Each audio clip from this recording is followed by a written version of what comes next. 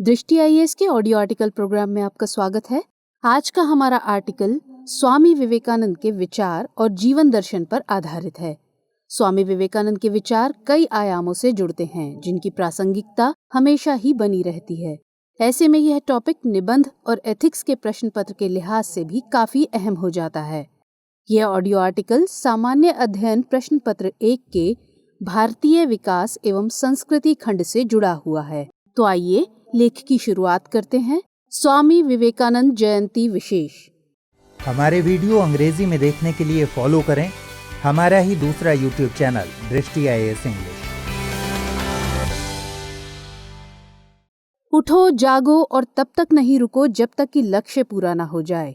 स्वामी विवेकानंद का यह संदेश आज भी दुनिया भर के युवाओं को प्रेरणा देता है। दरअसल हर साल 12 जनवरी को विवेकानंद की जयंती राष्ट्रीय युवा दिवस के तौर पर मनाई जाती है। स्वामी विवेकानंद अपने दर्शन में सत्य को सर्वोपरि मानते थे। वे एक ऐसा समाज चाहते थे जहां बड़े से बड़ा सत्य निडरता से सामने आ सके। उन्होंने अपने दर्शन में विश्व बंधुत्व की भावना को महत्व दिया। वे पूरी दुनिया को अपना देश मानते थे। इतना ही नहीं, भारत की वैदिक परंपरा को वैश्विक पटल पर रखने वाले स्वामी विवेकानंद ने किसी धर्म की श्रेष्ठता को मानने की बजाय सार्वभौम धर्म की कल्पना की थी। और यह कोई अलग धर्म नहीं था, बल्कि सभी धर्मों में छिपा वैश्विक भाईचारे का सिद्धांत ही था। वे मानव सेवा में यकीन रखते थे। उनका विचार था कि वे ना तो कोई राजनेता हैं और ना ही राजनीति के आंदोलनकारी। उनका ध्यान बस आत्मा पर होता था और वे मानते थे कि अगर आत्मा ठीक है तो सब ठीक है। स्वामी विवेकानंद की शिक्षा, सार्वभौमिक भाईचारे का सिद्धांत और आत्म जागृति के विचार आज भी उतने ही प्रासंगिक हैं जितने 100 साल पहले थे। तो आइए कोशिश करते हैं समाज को एक नई दिशा देने वाली इस महान शख्सियत के जीवन दर्शन और विचारों को करीब से जानने की। और सबसे पहले नजर डालते हैं स्वामी विवेकानंद की संक्षिप्त जीवनी पर। विवेकानंद का जन्म 12 जनवरी 1863 को कोलकाता के एक मशहूर वकील विश्वनाथ दत्त के घर पर हुआ था।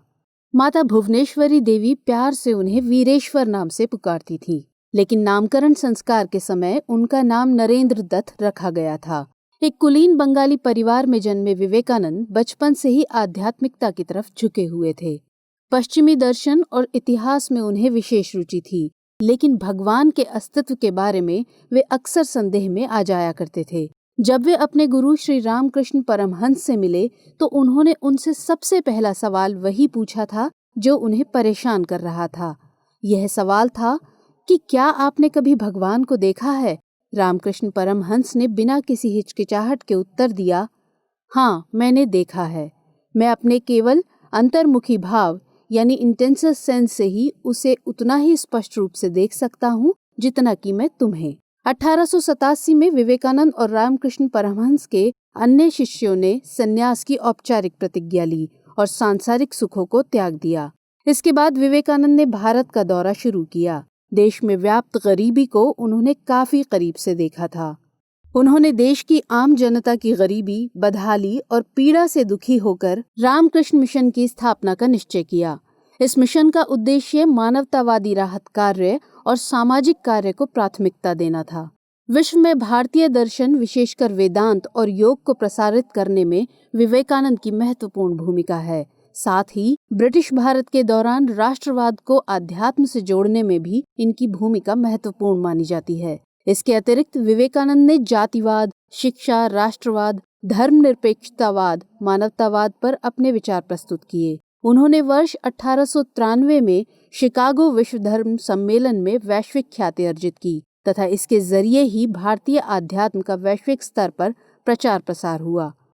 4 जुलाई 1902 को मात्र 39 साल की उम्र में इनकी मृत्यु हो गई।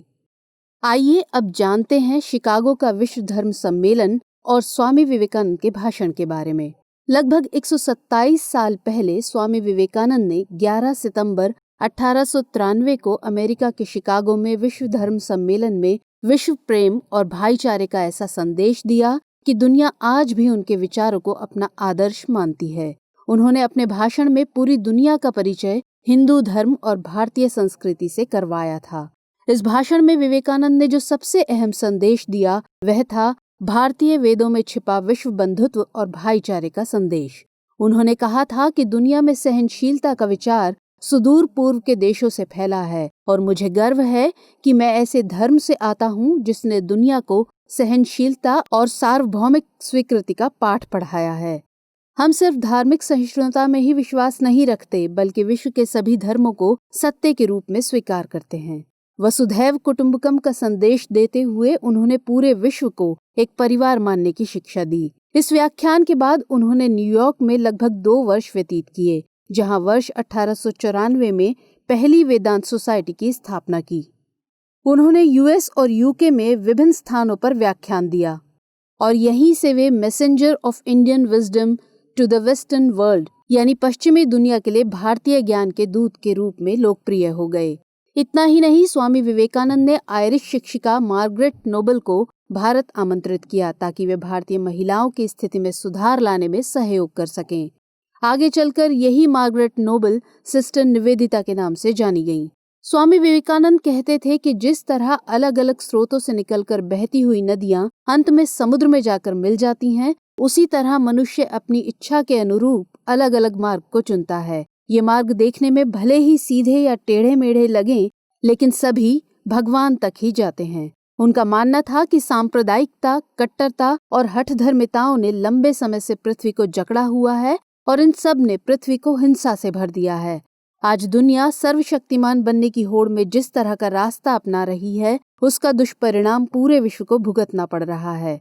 अपने फायदे के लिए हम प्रकृति को तबाह करने पर तुले हुए हैं। जैव विविधता खतरे में पड़ती नजर आ रही है। पेड़ पौधों, जीव जंतुओं की कई प्रजातियां नष्ट हो चुकी हैं। इसका बड़ा उदाहरण मौजूदा वक्त में कोरोना के तौर पर हम सबके सामने है। कोरोना से निपटने के लिए जहां समूचे विश्व को एक साथ खड़े होकर लड़ना चाहिए, तो वहीं हम किसी न किसी वजह से एक दूसरे से उलझे हुए हैं। चाहे वह सीमा विवाद को लेकर हो, चाहे ट्रेड वॉर हो, या चाहे आंतरिक मसले, रंग भेद, नस्लवाद, जातिवाद, सांप्रदायिकता और धर्म के नाम पर विवाद आदि हों। ऐसे में हमें स्वामी विवेकानंद के विचारों से सीख लेते हुए आगे बढ़ना चाहिए। चाहे जातिवाद हो, धर्म हो, चाहे महिलाओं के प्रति देखने का नजरिया हो, चाहे शिक्षा इत्यादि हो, विवेकानंद ने इन सभी पहलुओं को वैज्ञानिक तरीके से रखा है। आइए अब समझते हैं कि धर्म को लेकर विवेकानंद के क्या विचार थे। विवेकानंद ने पूजा और धर्म की व्याख्या करते हुए बताया कि धर्म मात्र पूजा पाठ ही नहीं है, बल्कि धर्म मनुष्य की सेवा करना है। इसके लिए उन्होंने दरिद्र नारायण की सेवा का मंत्र दिया था। उनका मानना था, पहले रोटी है और फिर धर्म। उनका कहना था कि मैं उस दिन से आपको धार्मिक कहूंगा जब आप पुरुषों और महिलाओं में भगवान को देखना शुरू करेंगे।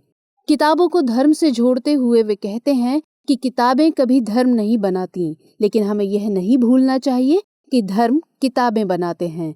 धर्म किताबों में नहीं है, न सिद्धांतों में, न ही हठधर्मियों में, न ही बातचीत में और न ही तर्क में, बल्कि प्रत्येक व्यक्ति अपने ईश्वर का अनुभव स्वयं कर सकता है। उन्होंने धार्मिक आडंबर पर चोट की तथा ईश्वर की एकता पर बल दिया।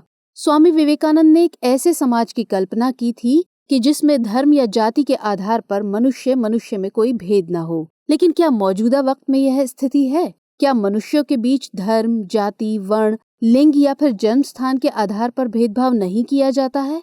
यह अफसोसजनक है कि इन सवालों के जवाब हाँ में है। आज दुनिया भर में ऐसे भेदभाव आम हैं। भारत में आए दिन होने वाली सांप्रदायिक और जातिगत हिंसा की घटनाएं सुनाई पड़ती रही हैं। स्वामी विवेकानंद ने जिस भेदभाव रहित समाज की कल्पना की थी, ऐसे समाज के निर्माण में हमें और प्रयास करने हैं। गौरतलब है कि स्वामी विवेकानंद ने यह कल्पना दलितों, महिलाओं और गरीबों के उत्थान को ध्यान में रखकर की थी। तो आइए अब जानते हैं दलितों, महिलाओं और गरीबों के उत्थान पर स्वामी विवेकानंद के क्या विचार थे। स्वामी विवेकानंद का दर्शन मानवतावादी विचारों से युक्त था। उन्होंने सामाजिक परिवर्तन को महज सतही तौर पर नहीं लिया, बल्कि उन्होंने अपने तरीके से सामाजिक पुनर्रचना की अपील की और उसे साकार करने के लिए आजीवन प्रयास किया। उन्होंने भारतीय समाज में दलितों एवं महिलाओं की दयनीय दशा की निंदा की और समाज के कल्याण के लिए इनका उत्थान जरूरी बताया।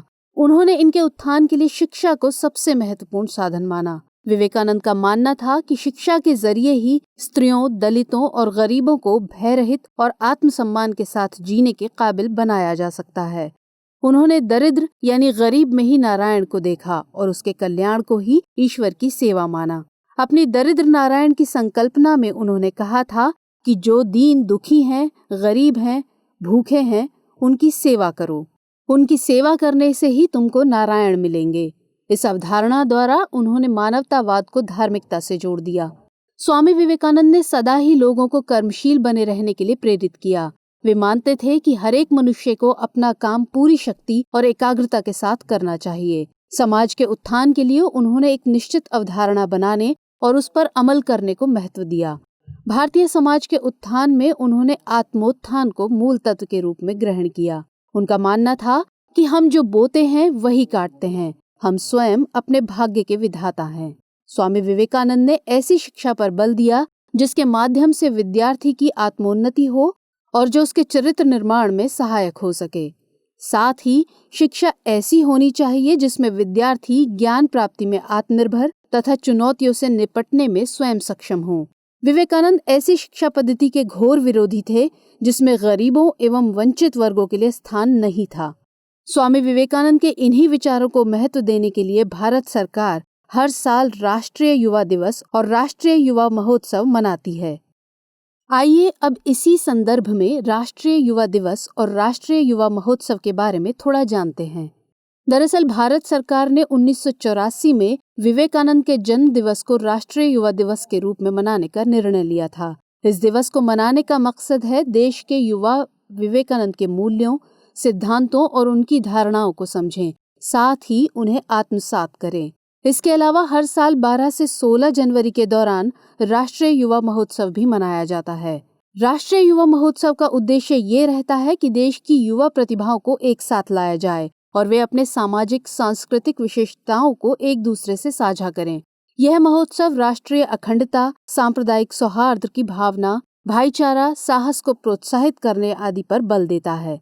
इसके अलावा यह एक श्रेष्ठ भारत की संकल्पना को और मजबूत करता है। हाल के समय में राष्ट्रीय युवा महोत्सव के अलावा राष्ट्रीय युवा संसद महोत्सव मनाए जाने का भी प्रचलन शुरू हुआ है। इस महोत्सव का मकसद है 18 वर्ष से लेकर 25 वर्ष की उम्र से कम आयु के युवाओं के विचारों को सुनना।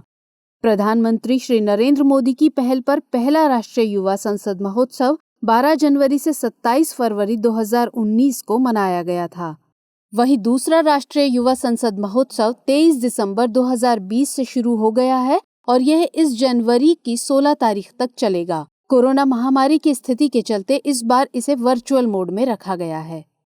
आइए अब आते हैं निष्कर्ष पर। आज की गतिशील दुनिया में सभी देश विकास की दौड़ में एक दूसरे से नैतिक अनैतिक तरीकों से प्रतिस्पर्धा कर रहे हैं। समूचे वैश्विक समाज में नैतिक मानदंडों के पालन में भारी गिरावट देखी जा रही है। हर पल समूची मानव जाति पर युद्ध का खतरा बना हुआ है। घोर असमानता और गरीबी व्याप्त है और युवा पीढ़ी अपने लक्ष्यों से भटकी दिखाई पड़ रही है और विश्व संरक्षणवाद एवं कट्टरवाद की ओर बढ़ रहा है, जिससे भारत भी अछूता नहीं है। ऐसे में स्वामी विवेकानंद के विचार और जीवन दर्शन अत्यधिक प्रासंगिक हो जाते हैं। विवेकानंद का राष्ट्रवाद न सिर्फ अंतर्राष्ट्रीयवाद बल्कि मानववाद की भी प्रेरणा देता है। इसके साथ ही विवेकानंद की धर्म की अवधारणा लोगों को जोड़ने के लिए अत्यंत उपयोगी है, क्योंकि यह अवधारणा सर्वधर्म समभाव सरीखे भारतीय संस्कृति के प्राण तत्व पर जोर देती है। यदि दुनिया इस सर्वधर्म समभाव की भावना का अनुकरण करे तो दुनिया की कई समस्याओं को खत्म किया जा सकता है। भारत में एक बड़ी आबादी अभी भी गरीबी, भुखमरी और लाचारी में जीने को मजबूर है। वंचित समुदायों की समस्याएं भी अभी जस की तस हैं। लिहाजा यदि हम विवेकानंद के दरिद्र नारायण की संकल्पना को साकार करते हैं तो असमानता, गरीबी, अस्पृश्यता आदि को बिना बल प्रयोग के ही निपटाया जा सकता है। इससे एक आदर्श समाज की संकल्पना को भी साकार किया जा सकेगा। स्वामी विवेकानंद के कालजयी विचार अगली कई सदियों तक मानव जाति को सही रास्ता दिखाते रहेंगे। तो आइए अब नोट करते हैं आज का सवाल। मौजूदा परिस्थितियों के परिप्रेक्ष्य में स्वामी विवेकानंद के विचार और दर्शन की प्रासंगिकता का परीक्षण कीजिए।